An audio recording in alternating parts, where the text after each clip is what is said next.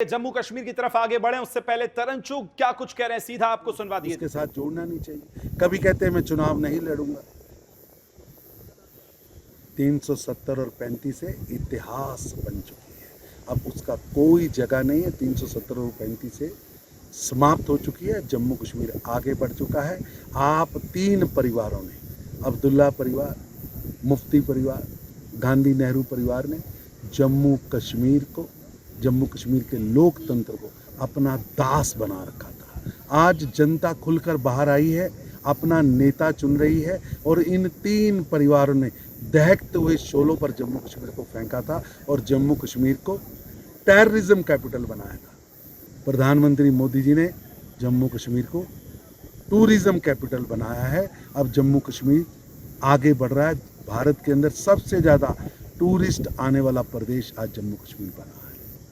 Sir, जिस तरह से यहाँ के लोगों की डिमांड, बीजेपी के नेता तरन चुग क्या कुछ कह रहे थे कि 370 आने के बाद कश्मीर की तस्वीर बदली है और 3 परिवारों ने इसको इस गहरी खाई में धकेला। चलिए आगे बढ़ेंगे, बात करेंगे जम्मू कश्मीर की, जहां वादियां तो ठंडी हैं लेकिन चुनावी माहौल गर्म है। नेता अपने अपने चुनावी रैलियों में व्यस्त हैं। कल पीएम मोदी ने डोडा में चुनावी शंखनाद किया है। कांग्रेस, पीडीपी और एनसी जो है जमकर निशाना उस दौरान कांग्रेस पर भी साधा है प्रधानमंत्री ने। वहीं बीजेपी ने उम्मीदवार अपने अपने क्षेत्रों में चुनाव प्रचार उतार दिए हैं।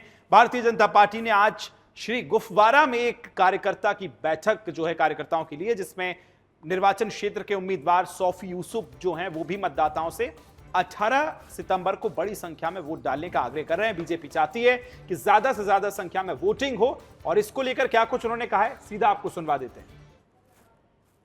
गलत चुनेंगे, आप वोट डालने ही नहीं कहा ना। ये एक तो जो हमारा पड़ोसी मुल्क है वो है, लेकिन हमारे यहाँ अंदर जो लोग बैठे हैं, जो आज तक इसका फल खा रहे थे, फ्रूट खा रहे थे, उनकी भी ये साजिश है कि वो यहाँ चुनाव के बीच में ऐसे हालात बनाना चाहते हैं कि चुनाव में वोट डालने लोग न निकले और वो कम वोटों से चुनाव जीत जाए। ऐसी हालात यहाँ के लोकल लीडर्स भी बनाना चाहते हैं। हम उनको भी क्रश करेंगे और लोगों को हम आह्वान कर रहे हैं कि वो बड़ी भारी संख्या में वोट डालने निकले। जिसको भी उन्होंने वोट डालने, हम तो मांग रहे हैं कि भारतीय जनता पार्टी को डाले, लेकिन उनकी इच्छा है, लेकिन वोट अधिक से अधिक संख्या में डाले, ये हमारी इच्छा है। और संख्या में लोग जो हैं पहुंचे मतदान करने के लिए, तो दूसरी तरफ जो आतंकवादी संगठन हैं वो भी एक्टिव नजर आ रहे हैं कि प्रभावित किस तरह से चुनाव को किया जा सके।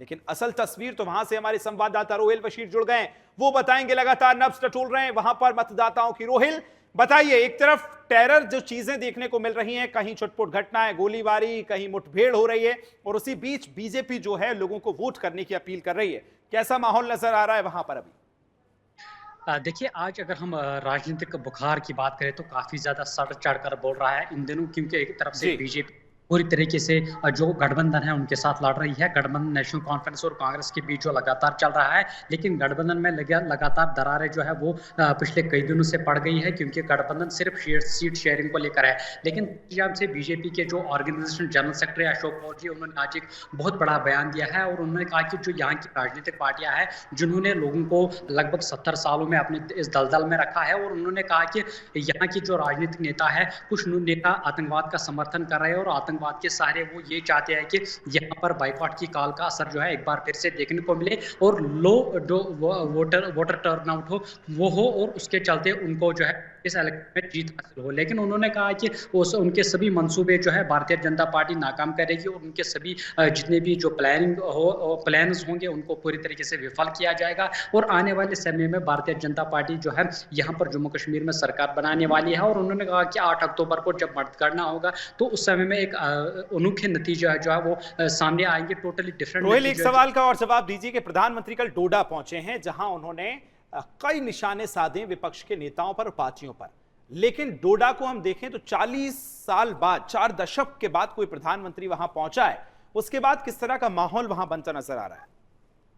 देखिए, अगर डोडा की बात करें तो पिछले 6 महीनों के दौरान हमने पीर पंचाल के इसी डोडा या कश्तवाड़ इलाके में देखा लगातार आतंकवाद के हमले जो है थमने का नाम नहीं ले रहे थे। और जी। दूसरी जानब देश के प्रधानमंत्री ने जिस तरीके से वहां पर एक बहुत बड़ी रैली से संबोधित किया और लोग भी काफी ज्यादा संख्या में नरेंद्र मोदी को वहां पर सुनने के लिए आए थे। और उसमें उन्होंने साफ तौर पर जो यहाँ की डायनास्टी जो 3 डायनास्टीज है, नेशनल कॉन्फ्रेंस की बात करें, पीडीपी की बात करें या कांग्रेस की बात करें, तो उन्होंने तीनों पर निशाना साधा और कहा कि इन्होंने ही आतंकवाद को यहाँ पर समर्थन किया और आतंकवाद को वो प्लेटफॉर्म प्रोवाइड किया जिससे काफी ज्यादा आतंकवाद जो है यहाँ जम्मू कश्मीर में बढ़ा हुआ है। लेकिन दूसरी जानब से उन्होंने यह भी कहा है कि जो ये तीनों डायनास्टीज है इनके सभी मंसूबे अब नाकाम है और अब यूथ जो है आगे आ रहा है और यहाँ पर जो है अपने मत का इस्तेमाल कर रहे हैं। जिस तरीके से हमने लोकसभा चुनाव में देखा, तो कुल मिलाकर अगर देखा जाए तो प्राइम मिनिस्टर नरेंद्र मोदी ने एक बार फिर से तो इन तीनों पार्टियों पे निशाना साधा और कहा कि इनकी वजह से ही यहाँ पर जो युवा है उनको आतंकवाद संगठनों में धकेल दिया गया है। और खास तौर पे